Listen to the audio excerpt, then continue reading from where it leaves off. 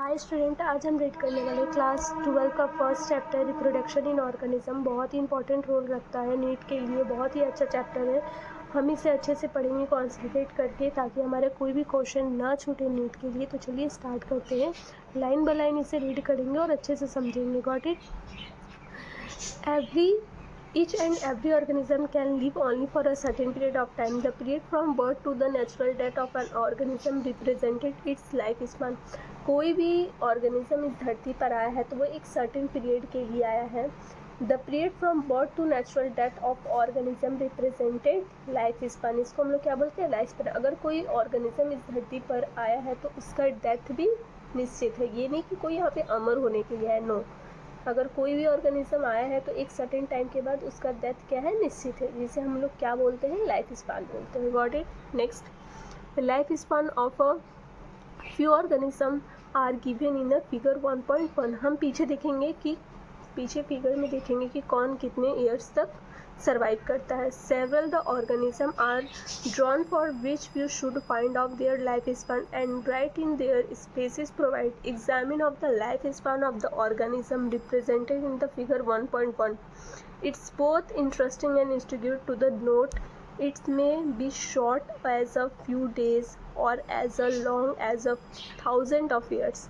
That means कुछ insects, trees या humans ऐसे होते हैं जो फ्यू डेज के लिए होते हैं, एज अ लॉन्ग कुछ दिनों तक होते हैं, और कुछ 1000 ऑफ ईयर्स तक सर्वाइव करते हैं इस धरती पर। ठीक है, ये हम देखेंगे कौन कितने दिन तक सर्वाइव करते हैं इस धरती पर। Between this two extreme of the lifespan of most living organism, you may note that lifespan of organism not necessarily correctly with their size. The size of crow and parrots are not very different, yet their lifespan show a wide difference. यहाँ पे एक example दिया गया है life span के बारे में कि हम किसी के साइज पर ये डिसाइड नहीं कर सकते कि वो कितने ईयर्स तक जीवित रहेगा। जैसे कि यहाँ पे बताया गया crow and parrot. Crow and parrot से एग्जाम्पल दिया गया है कि क्रो एंड पैरोट्स देखने में लगभग सेम होते हैं, लेकिन इनका लाइफ स्पैन का क्या होता है? वेरी डिफरेंट्स होते हैं। तो हम ये नहीं बोल सकते हैं कि जो देखने में सेम हो, सिमिलरली हो, उनका लाइफ स्पान भी सेम हो। नो, लाइफ स्पान बिल्कुल डिफरेंट होगा। ठीक है, उसके बाद यहाँ पे और एक एग्जाम्पल दिया गया है।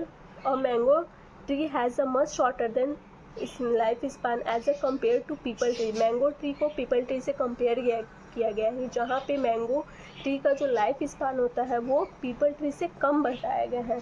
ठीक है, whatever be the life span, death of very individual organism is a certain, that is number no individual immortal except single cell. और यहाँ पे एक क्वेश्चन पूछा गया है, why do we say there is no natural death in a single cell organism.